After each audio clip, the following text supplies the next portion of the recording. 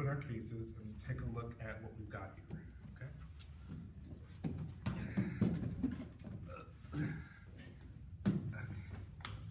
All right, so we've got the euphonium.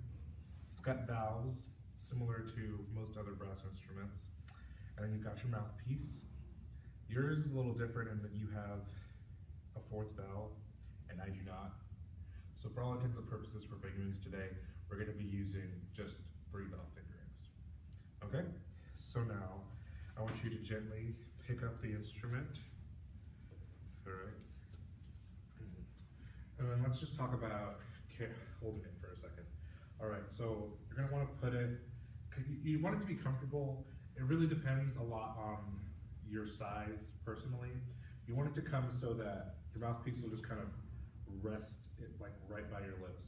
See, you have a much smaller torso than I do, so you don't have to lift yours up probably, but I do. I have to lift mine up a little bit just so that it'll come right here.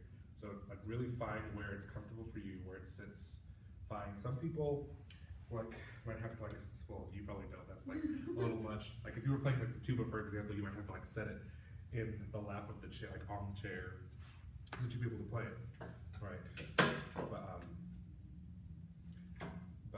Yeah, so this is basic carriage, so you're gonna put one hand on this side of the instrument, your left hand over here just kind of grasping it, but because you've got that fourth valve, you're gonna want it to come right here so that you can use your index finger to kind of push that down, okay? But today we won't be using it, so you don't have to worry about it. Yeah, so now we're gonna pick up our mouthpieces. And we're just gonna gently slide it in like we did with the other brass instruments. Just make sure it's snugly in place. Alright, so let's talk a little bit for a second about, we'll just put it in like a rest position, just lay it on your lap like this. We'll talk for a second about it's okay. We'll talk just for a moment about air production and how to make a good quality sound. So the basics to most brass instruments is you don't want to buzz, you don't want to, because eventually, especially with your beginning students, you'll end up getting very pinched off, really closed off sounds because they're going to be straining to really get that buzzing going. So we want to make sure that we have an open throat and we breathe from down below in our diaphragm and just kind of, so that's where sound production starts. It starts with the good breath. So can you do that when we just, one more time? Do you feel it just filling up down here? Okay, good. And so now, with brass instruments, now we have to focus that air with our embouchure. So as we take in that good breath, it's an immediate release. So it's like a pendulum of air. So as it comes in, it goes out. The air is always moving. It's always either coming in or going out. It's never just staying. And so that's another thing that people will be tempted to do is once they take in the air, they'll be tempted to hold it instead of breathing it out and blowing air immediately, which is definitely going to hurt them in the long run. And so as you take in the air, you want to make sure that you expel it immediately. So now we are going to focus on the very first sound. So with all those concepts in mind and that pendulum of air in your head, you should produce on this horn what is an F. So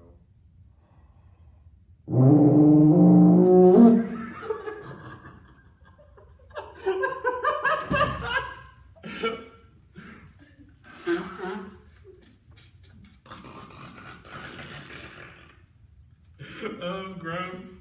I'm not taking that out.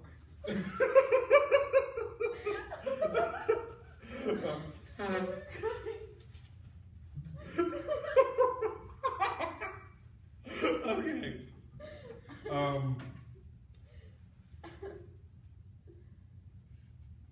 Now we're going to try that again. So just a deep breath in.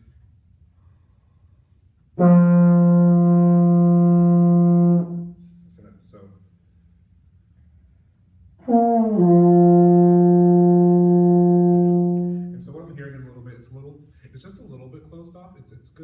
especially for a first try.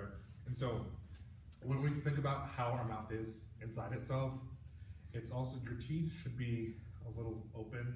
Like think of like almost being able to fit like a baby carrot in the back of your mouth. It should be open a little bit. You don't want it to be, because if your teeth are closed, then it's gonna pinch, and then you're gonna tense up. So you definitely don't want that. So when you air, you wanna keep it all tension free, and just kind of keep everything a little bit more open. So can you try that one? See, I think you're doing what we said before, and I think you're holding the air before you expel it. So make sure that as you take it in, you push it out immediately. So try again.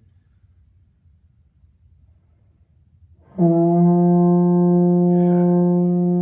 Very nice. Yeah. Great job. Okay. So now that we've gone over how to make a good sound, it's always good to reinforce that. So even as you go on and you teach other things and you educate your other students about the other aspects of playing euphonium, you want to make sure to always keep going back and revisiting those fundamentals so that they become a habit. Okay.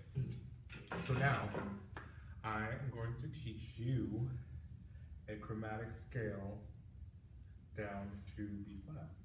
Okay. So starting on that, going down to B flat. So if you'll recall, these fingers are very similar to trumpet. And so going from F to E, F to E. So if you want to just watch my fingers, that might help you.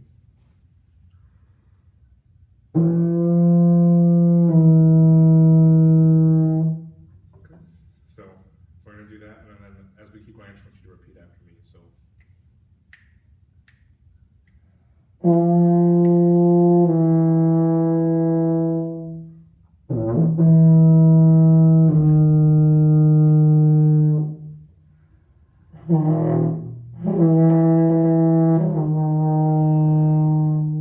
Make sure you're keeping attention free. Make sure you keep your teeth a little open, okay? Try that again.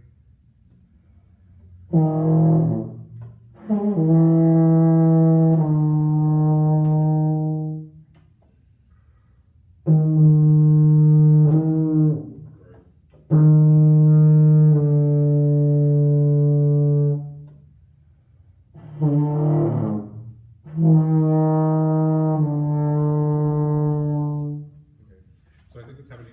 I think you're still kind of holding it a little bit before you expel the air, and so you gotta just really think of that pendulum if you want. Try and think of it as you take in the air, it automatically needs to leave. Like you can't hold it. If you hold it any longer, your head's gonna explode. So you just gotta expel it immediately, and so that way you get a good first sound. Okay, so try that one again.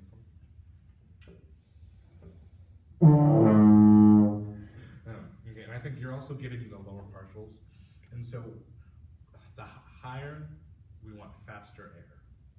So just want to,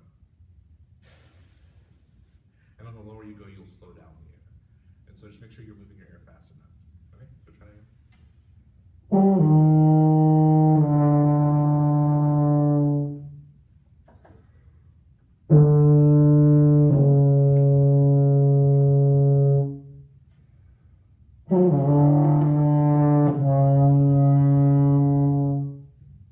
Just relax. Thank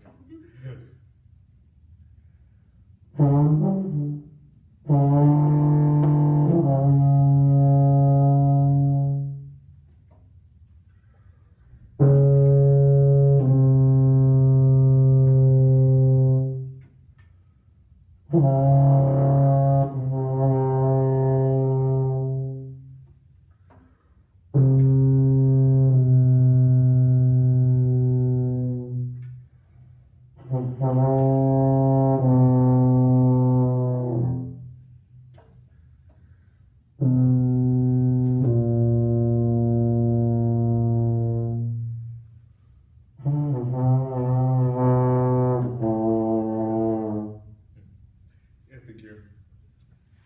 It's okay. So we want to make sure that you just put that it's right up to your mouth for a moment. Okay. Okay. And so as you take in that breath, make sure we're keeping our corners in, and then we don't want even though we want there to be room in our mouth, we don't want the actual orifice that the air leaves to be too large, because it's sounding a little bit like there might be a little too much going on around it than everywhere. And so, just think, fast air, just open, and just a small hole, like you're blowing out a candle. So just.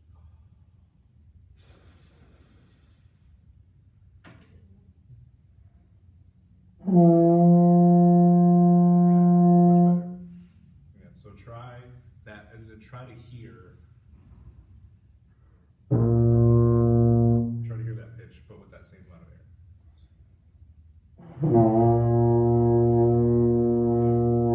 Yeah, much better. All right. So now with me, in half notes, we're just gonna step down, okay? So 1, 2, 3, go.